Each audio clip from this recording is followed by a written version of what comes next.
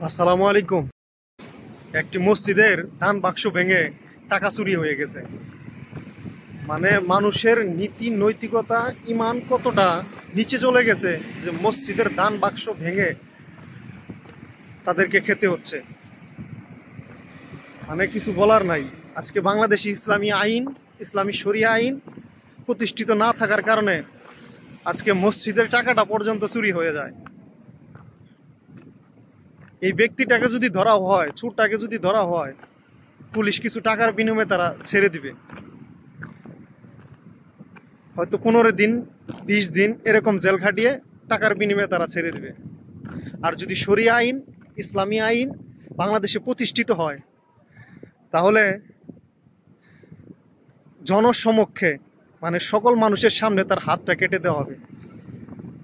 আর যখন তার হাতটা কেটে দেওয়া হবে, শত শত যুবক দেখার পরে তারা এই সমস্ত চুরি থেকে বিরত থাকবে। আমি তো চাই যে বাংলাদেশে ইসলামী আইন, শরিয়া আইন প্রতিষ্ঠিত হোক। আমি আমার মা বোন সবাই যাতে পর্দার ভিতরে চলতে পারে, ইসলামের ভিতরে চলতে পারে, সেটাই চাই। আপনি কি চান?